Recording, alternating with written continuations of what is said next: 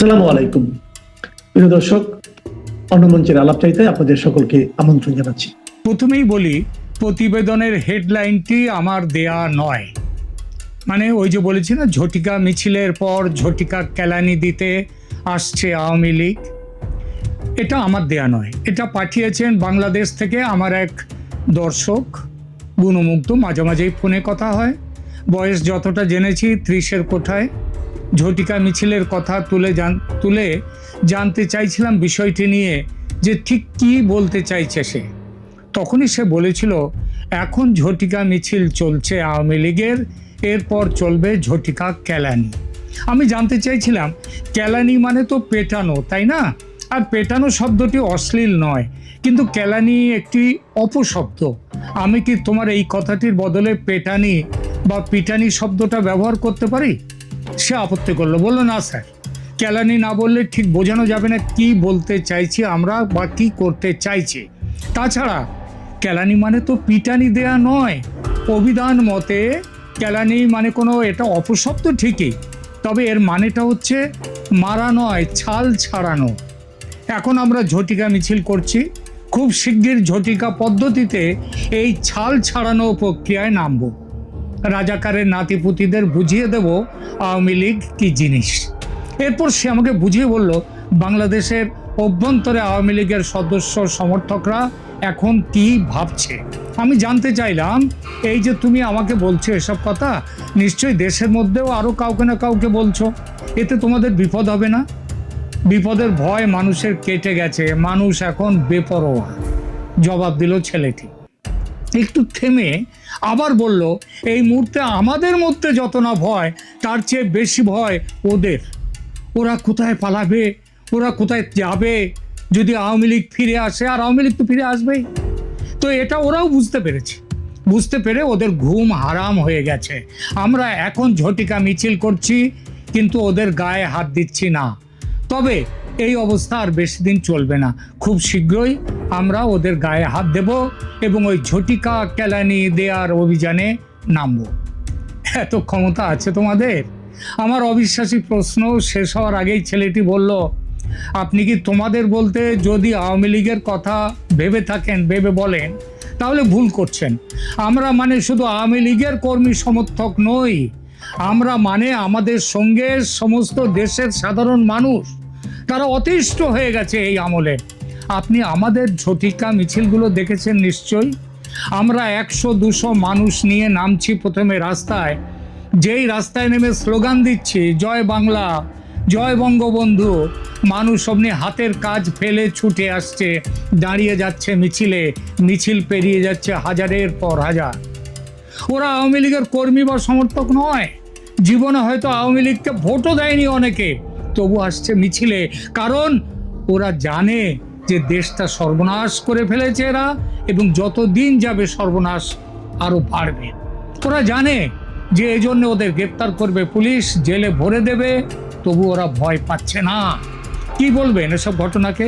ইউনূসের অবৈধ সরকারের অন্যায়, অনাচার, দুর্নীতি, দেশ বিরোধী কাজ আর মুক্তিযুদ্ধ বিরোধী ভূমিকা মানুষকে ভেতরে ভেতরে এতটাই নড়িয়ে দিয়েছে, খেপিয়ে দিয়েছে এই সরকারের বিরুদ্ধে, যে যাই ঘটুক না কপালে, ওদের শেষ দেখার জন্য পাগল হয়ে উঠেছে মানুষ। ভয় কাটলে আর ভয় থাকে না, ভয়টা চলে গেলে মানুষ সাহসী হয়ে যায়। সেই সাহস দেখছে আজ সারা দেশ। কদিন আগে কেউ ভাবতে পেরেছিল, কয়েক মাস আগে, যে আওয়ামী লীগ এইভাবে সংসদ ভবনের বাইরে হাজার হাজার মানুষ নিয়ে মিছিল করবে? ভেবেছিল যে সারা ঢাকা আওয়ামী লীগের কণ্ঠস্বরে কেঁপে উঠবে? ভাবেনি। পুলিশ হয়তো 2 দিন বা 4 দিন তেমন কোনো ব্যবস্থা নেয়নি তোমাদের মিছিলের বিরুদ্ধে। কাল যদি তারা ব্যবস্থা নেয়, তখন কি হবে? আমি সতর্ক গলায় বললাম, কিন্তু এর উত্তরে ছেলেটি যা বলল শুনে অবাক হয়ে গেলাম। সে বলল, ভয় এবং সংকোচ কেটেছে পুলিশেরও স্যার। ওরা তো দেখেছে, শুনেছে, জেনেছে বিপ্লবের নামে গত বছর পুলিশের ওপর কি অত্যাচার হয়েছে, এখনো হচ্ছে। এখনো পুলিশ কর্মীদের, তাদের বাড়ির মানুষের ওপরও অত্যাচার হচ্ছে। পুলিশের মুখে কোনো কথা নেই, কথা বলতে পারছে না। এখনো হচ্ছে। জীবন্ত পুলিশের গায়ের ছাল ছাটানো, পুলিশকে ল্যাম্প পোস্টে বেঁধে গায়ে কেরোসিন ঢেলে, পেট্রোল ঢেলে জ্যান্ত পুড়িয়ে মারা, একের পর এক থানার মধ্যে পুলিশ কর্মীদের ঢুকিয়ে দিয়ে দরজার বাইরে থেকে তালা বন্ধ করে আগুন ধরিয়ে সবাইকে পুড়িয়ে দেয়া, এসব কি কোনো মানুষ বলতে পারে? আর পুলিশ কর্মীরাও তো মানুষ, ওরা সরকারের কাজ করছিল, নিজেদের কাজ নয়, ওরা ওদের ডিউটি করছিল। তার এই ওপরে সেজন্য এই অত্যাচার ওরা ভোলেনি স্যার, আপাতত চুপ করে বসে আছে, সময় এলে ঠিক বেরিয়ে আসবে, ওরা আমাদের সঙ্গেই যোগ দেবে। ছেলেটি বলল, কবে আসবে সময়? আমি জানতে চাইলাম। ও জবাব দিল, দিনক্ষণ ঘোষণা করার ক্ষমতা আমার নেই, তবে এটা বলতে পারি খুব বেশি দিন অপেক্ষা করতে হবে না। শুনছি 2-4 দিনের মধ্যে ভারত গ্রিন সিগন্যাল দিয়ে দেবে। ভারত গ্রিন সিগন্যাল দিয়ে দেবে? কিসের গ্রিন সিগন্যাল? কথাটা লুফে নিলাম আমি। অ্যাকশনের। কেন, আপনি জানেন না স্যার কিছু? পাল্টা জিজ্ঞেস করলো। আমি কি জানি বা না জানি সেটা বড় কথা নয়, কথা হলো তুমি কি জানো সেইটা আমাকে বলো। আমি বললাম। একটু ভাবলো ছেলেটি, তারপর বলল, শুনছি ভারত 2টো অপশন দিয়েছে সেনাপ্রধান ওয়াকারুজ্জামানকে। একটা অপশন হলো আওয়ামী লীগকে নিয়ে ফ্রি, ফেয়ার অ্যান্ড ইনক্লুসিভ ইলেকশনের ব্যবস্থা করো, অথবা তৈরি হও গৃহযুদ্ধের জন্যে। ইলেকশন হলে ইলেকশন হবে আওয়ামী লীগকে নিয়ে, নইলে ইলেকশনও হবে না, এবং তৈরি হও গৃহযুদ্ধের জন্যে। গৃহযুদ্ধ? কার সঙ্গে কার, কিংবা কাদের সঙ্গে কাদের? আমি প্রশ্ন করলাম। একটু ভাবলো ছেলেটি, তারপর বলল, মুক্তিযুদ্ধের পক্ষের সঙ্গে মুক্তিযুদ্ধ বিরোধী যে পক্ষ তাদের। আমি বললাম, অত ইয়ে করে আড়াল করে বলো না, একটু সহজ করে বলো। আওয়ামী লীগ বনাম আওয়ামী লীগ বিরোধী রাজনৈতিক শক্তি, এই তো? না, অনেকটা তাই বটে, তবে পুরোটা তা নয়।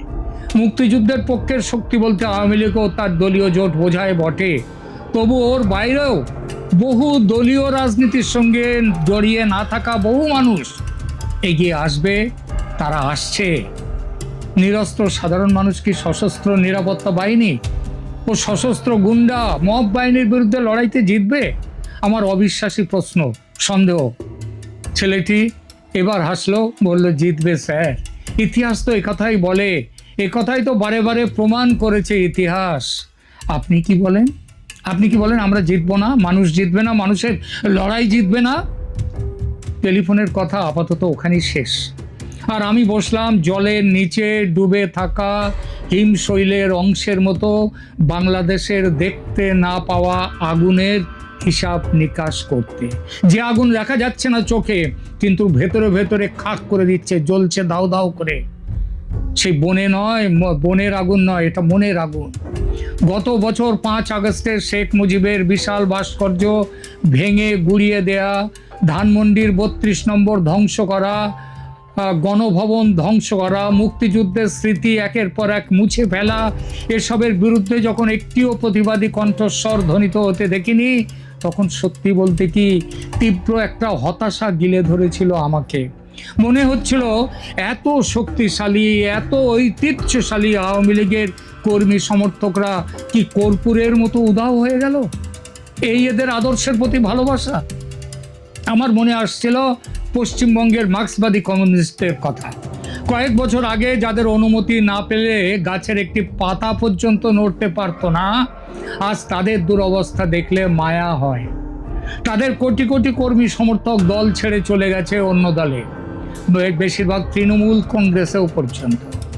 ভাবতে শুরু করেছিলাম আওয়ামী লীগ কি তাহলে ভারতের কমিউনিস্ট পার্টি মার্ক্সবাদীর মতো বাংলাদেশি সংস্করণ হয়ে গেল এই দলে। আজকের বাংলাদেশি ভাইটি বুঝিয়ে দিল, কমিউনিস্টদের মতো কাগুজে বাঘ নয় আওয়ামী লীগ। রাষ্ট্র ক্ষমতায় থাকলে কমিউনিস্টরা বাঘ হয়, আর রাষ্ট্র ক্ষমতা চলে গেলে হয়ে যায় ইঁদুর। কিন্তু জাতীয়তাবাদী শক্তিরা তা হয় না। জাতির প্রতি ভালোবাসা থাকে তাদের চেতনার মূলে। সাময়িকভাবে শাসকের অত্যাচারে তার প্রকাশ হয়তো দৃশ্যমান হয় না, কিন্তু সে সামান্য বিরতি মাত্র, কিছুদিনের জন্যে। স্বরূপে তার প্রকাশ ঘটবেই, আজ না হোক কাল। প্রিয় দর্শক, আপনি কি ভাবছেন? আপনার ভাবনা, আপনার বিশ্বাস নিয়ে কমেন্ট করুন। শেষ করি কবিগুরুর কবিতার একটি অমোঘ পংক্তি উচ্চারণ করে আমি শেষ করব আজকের এই এখনকার মতো এই আলোচনা। কবিতাটা হচ্ছে, কবিতা নয়, এটা একটি গান। ওদের বাঁধন যতই শক্ত হবে ততই বাঁধন টুটবে, মোদের ততই বাঁধন টুটবে। ওদের যতই আঁখি রক্ত হবে মোদের আঁখি ফুটবে, ততই মোদের আঁখি ফুটবে। আজকে যে তোর কাজ করা চাই, স্বপ্ন দেখার সময় তো নাই। এখন ওরা যতই গর্জাবে ভাই, তন্দ্রা ততই ছুটবে, মোদের তন্দ্রা ততই ছুটবে।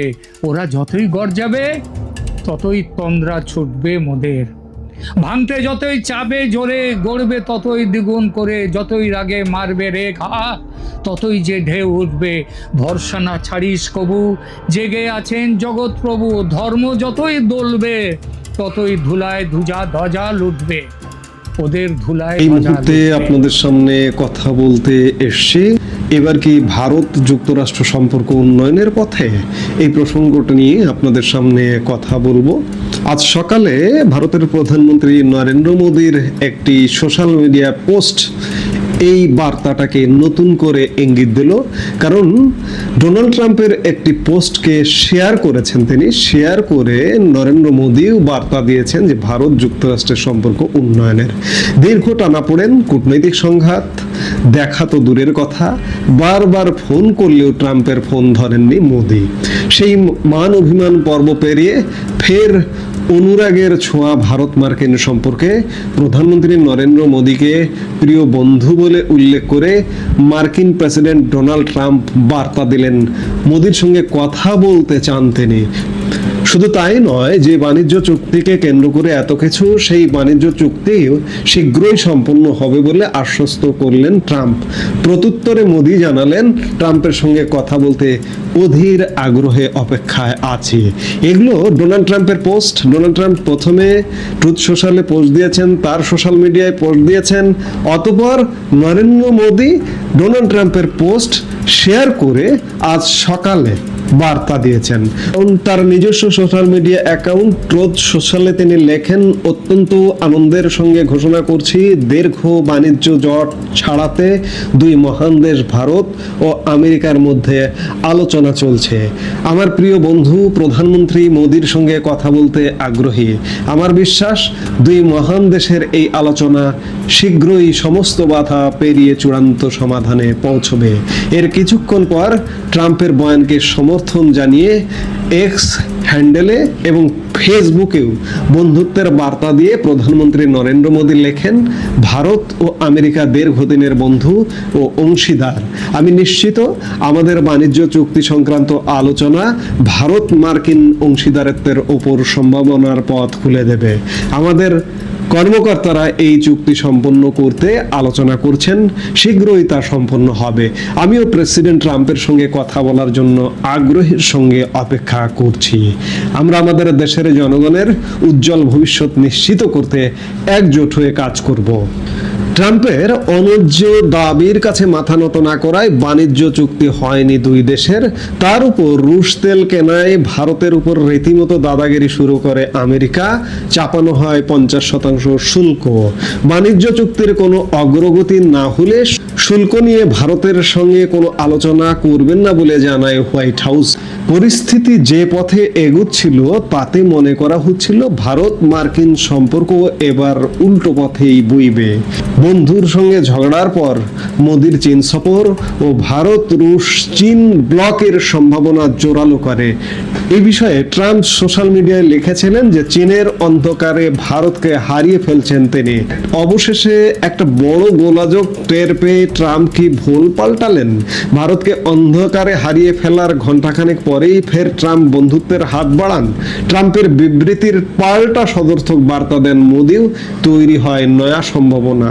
এরপর যে ঘটনাকে কেন্দ্র করে সমস্ত কিছুর সূত্রপাত, সেই বাণিজ্য চুক্তি নিয়ে নতুন করে আলোচনা ও পুরনো বন্ধুত্ব ঝালিয়ে নিতে নতুন করে বার্তা এলো ট্রাম্পের তরফ থেকে। অতীতে ট্রাম্পের ফোন ধরা বন্ধ করে দিলেও এবার ট্রাম্পের পক্ষে কথা বললেন প্রধানমন্ত্রী নরেন্দ্র মোদী। তাহলে কি বিশ্ব রাজনীতি কোন দিকে যাচ্ছে, ভারত যুক্তরাষ্ট্র সম্পর্ক কি উন্নয়ন হচ্ছে, এবং ভারতের উপর মার্কিন যুক্তরাষ্ট্রের যে বর্ধিত শুল্ক সেটি কি লোপ পাচ্ছে। নানান ঘটনা সামনে আসছে। এখন দেখার বিষয় যে কি হতে যাচ্ছে। যেহেতু দুপক্ষের সুর নরম, ট্রাম্প প্রথমে পোস্ট করলেন, সেই পোস্ট নরেন্দ্র মোদী শেয়ার করলেন।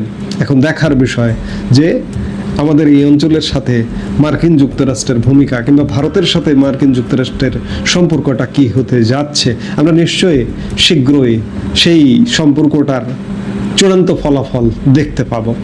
সে পর্যন্ত সবাই ভালো থাকুন।